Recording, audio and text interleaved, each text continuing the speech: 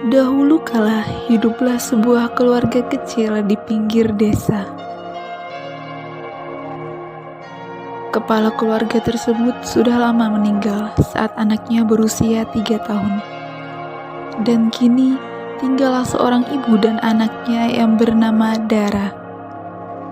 Setelah ayahnya meninggal, ibu Dara harus bekerja keras di ladang untuk memenuhi kebutuhan sehari-hari. Karena setiap hari bekerja di ladang, dari pagi sampai petang, wajah ibu Dara terlihat menua dan kusam karena tidak terawat sama sekali. Dan kulit ibu Dara menghitam karena kena sinar matahari.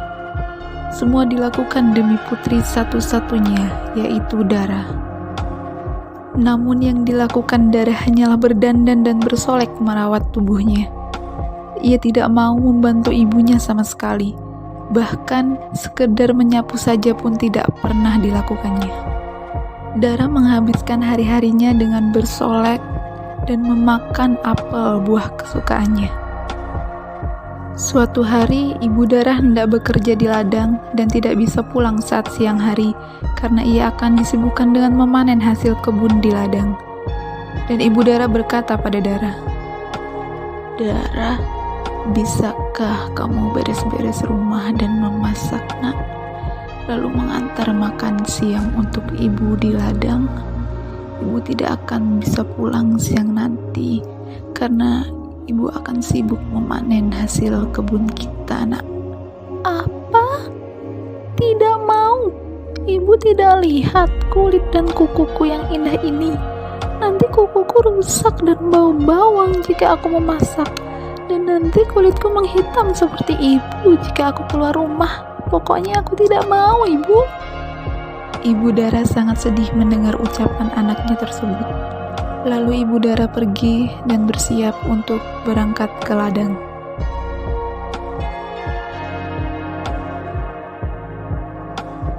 Di ladang ibu Dara bekerja keras, sangat keras. Ia mengumpulkan hasil panen karena akan dijual besok di pasar. Rasa lapar yang sangat melilit perutnya tidak dihiraukannya sama sekali. Terkadang jika terasa begitu lelah, ibu Dara hanya beristirahat dan duduk di bawah pohon, sembari meminum segelas air putih. Ketika ia pulang, betapa terkejutnya ia karena tidak ada makanan sama sekali di meja makan. Oh, ternyata Dara benar-benar tidak memasak.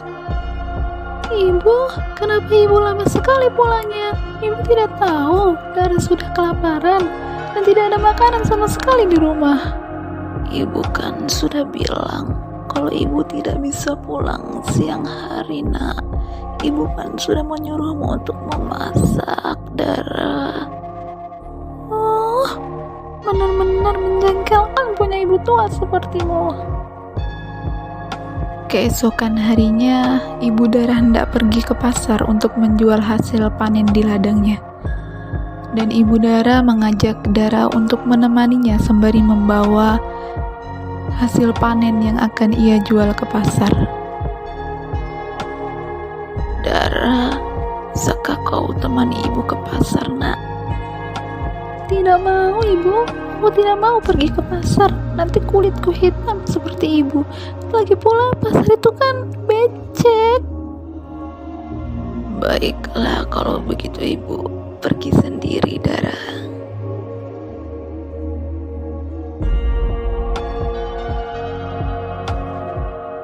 Ketika menjelang sore, ibu Dara berhasil menjual hasil panen di ladangnya dan mendapatkan uang.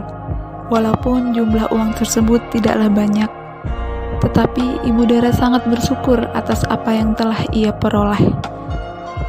Ketika ibu Dara sedang menghitung uang-uangnya, Dara melihat ibu menghitung uang lalu berkata, "Ibu, bedak Dara habis. Belikan Dara bedak yang baru ya. Body Dara juga habis, Bu. Cepat belikan ya." "Iya, ibu akan belikan. Tetapi besok kamu harus ikut ibu ke pasar agar ibu tidak salah membelinya, Dara." Dengan terpaksa, Dara pun ikut ibu untuk ke pasar. Tetapi dalam perjalanan, Dara berkata kepada ibunya, "Ibu, berjalan di belakangku saja ya, biar aku yang berjalan di depan. Ibu menjagaku dari belakang saja." "Baiklah nak, ibu akan berjalan di belakangmu." Mereka pun berjalan menuju pasar. Dan ketika di perjalanan menuju ke pasar, ada seorang pemuda yang bertanya kepada Dara, "Halo gadis cantik, siapakah yang berjalan di belakangmu itu? Apakah itu ibumu?" "Tidak, dia bukan ibuku. Dia itu pembantuku. Tidak mungkin ibuku berpakaian lusuh seperti dia." Pemuda itu pun pergi dengan jawaban yang telah diberikan oleh Dara. Hati ibu Dara sangat sakit mendengarnya. Mereka pun berjalan lagi, dan tidak lama ada pemuda yang bertanya kembali, "Halo gadis cantik, siapakah yang berjalan di belakangmu itu? Penampilannya begitu kumuh." "Dia hanyalah pembantuku yang menemani aku untuk ke pasar. Dia bukan siapa-siapaku."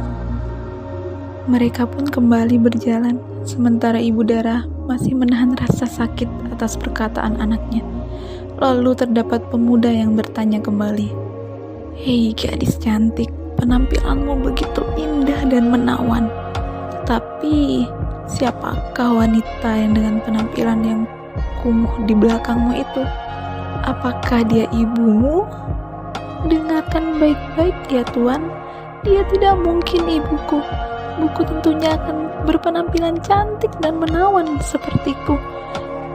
Bukan seperti dia, dia hanyalah pembantuku." Ibu Dara meneteskan air mata, dan ia sudah sangat tidak kuat mendengar perkataan putrinya kepada orang-orang dan menjelek-jelekannya di hadapannya sendiri. Sungguh tega putri kandung yang sangat ini ia sayangi berkata bahwa ia adalah pembantunya. "Dara, kamu sungguh keterlaluan nak. Kenapa kamu berkata seperti itu kepada orang-orang tadi? Aku ini ibumu nak. Ibu harap Tuhan memberikanmu hukuman yang pantas nak, agar kau tidak menjadi anak yang durhaka seperti ini, dan tidak akan ada lagi anak sepertimu." "Ibu ini kenapa sih ngomong seperti itu?" "Hah? Kenapa langitnya hitam? Kenapa hujan? Ibu, kenapa ini ibu? Aku takut sekali. Ibu, kenapa kakiku tiba-tiba kram dan tidak bisa digerakkan ibu? Kenapa ini? Kakiku sama sekali tidak bisa digerakkan. Ibu, kenapa ini? Oh tidak, tanganku juga tidak bisa digerakkan ibu. Tanganku kram. Oh tidak. Ibu tolong aku. Kenapa aku seperti ini ibu? Aku seperti tidak bisa menggerakkan badanku. Kenapa ibu maafkan aku. Tolong maafkan aku ibu. Aku tidak akan mengulangi kesalahanku lagi.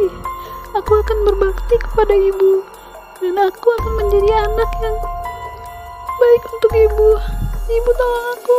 Maafkan ibu nak, tetapi kamu memang pantas mendapatkan semua ini. Kamu sudah keterlaluan kepada ibu kandungmu sendiri nak. Ibu yang telah membesarkanmu. Ibu, maafkan aku. Darah si gadis cantik itu pun berubah menjadi batu. Dan sampai sekarang, batu itu pun menjadi legenda di Kalimantan Barat. Dan batu itu diberi nama sebagai batu menangis.